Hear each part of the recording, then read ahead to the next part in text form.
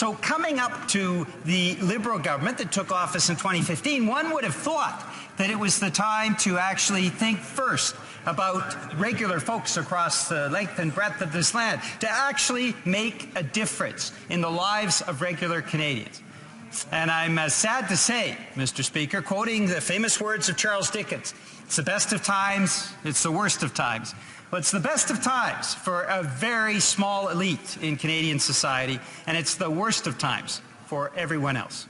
Mr. Speaker, when we look at the size and scope of what regular Canadian families from coast to coast are living in, and this is not a situation that developed just under the Liberals. The Conservatives are equally guilty. In fact, you have to go back a number of decades as you saw the cutting apart of our social safety net to see why we have come to the state that we have come in. But the statistics speak for themselves.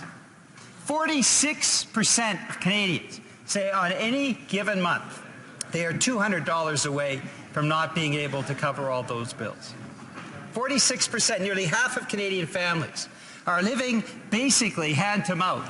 And on any given month, a $200 shot, a car breakdown, a medical emergency, the pharmaceutical products, medication that they have to buy, some emergency at school can make the difference to be whether or not they can actually pay their bills in that given month.